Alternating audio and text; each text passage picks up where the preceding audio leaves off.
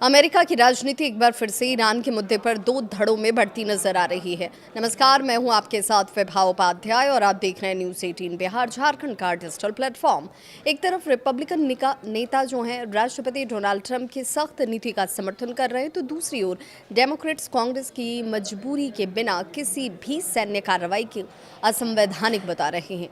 क्या America Iran के खिलाफ बड़ा कदम उठाने जा रहा है, ये सवाल भी है, या ये सिर्फ सियासी दबाव वाली रणनीति है? आइए समझते हैं पूरा मामला आखिर है क्या।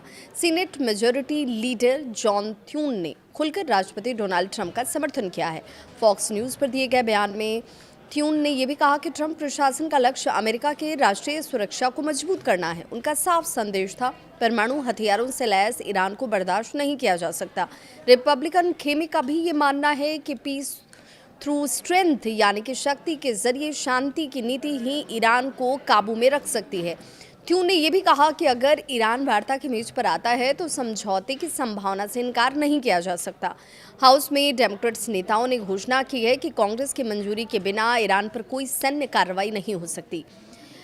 अब ऐसे में वे द्विदलीय खन्ना मौसी वॉर पावर्स प्रस्ताव पर मतदान कराने जा रहे हैं और इस प्रस्ताव का उद्देश्य ही यही है कि राष्ट्रपति को सैन्य कार्रवाई से पहले कांग्रेस के सामने अपना पक्ष रखना होगा। सीनेट में डेमोक्रेट्स नेता जो हैं चुक शेक्यूमर ने ये भी प्रशासन ने भी स्पष्ट कर दिया कि रणनीति की मांग जरूर की गई है। उनका ये भी कहना है कि अमेरिकी जनता को ये बताया जाए कि ईरान में हमारा लक्ष्य क्या है। रणनीति, स्पष्टता और पारदर्शिता सभी कुछ ज़रूरी है। जब ये सियासी घमासान चल रहा है, उसी दौरान अमेरिकी और ईरानी अधिकारी जिनेवा में वार्ता कर रहे हैं।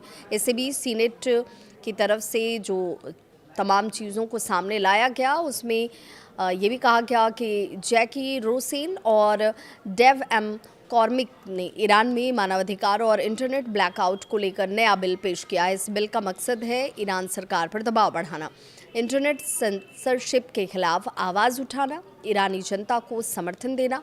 रोसेन ने यह भी कहा कि ईरान का भविष्य उनके लोगों को तय करना चाहिए। अब सबसे बड़ा सवाल यही है कि क्या अमेरिका ईरान के खिलाफ सैन्य कार्रवाई करेगा? क्या कांग्रेस और व्हाइट हाउस के बीच टकराव बढ़ेगा या फिर ये दबाव को कूटनीतिक समझौते की ओर लेकर जाएगा? अगर कांग्रेस की अनुमति के बिना कोई सैन्य कदम उठाया जाता है तो ये अमेरिका में संवैधानिक संकट को पैदा भी कर सकता है। ईरान को लेकर अमेरिका के भीतर गहरी राजनीतिक खाई साफ नजर आ रही है।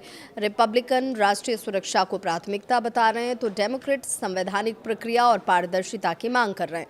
आने वाले दिनों में ये मुद्दा सिर्फ विदेश नीति नहीं बल्कि अमेरिकी राजनीति का बड़ा चुनावी मुद्दा भी बन सकता है। क्या अमेरिका और ईरान के बीच तनाव नए मोड़ पर है या फिर ये सिर्फ राजनीतिक रणनीति का हिस्सा है? अपनी राय कमेंट सेक्शन में ज़रूर साझा करें।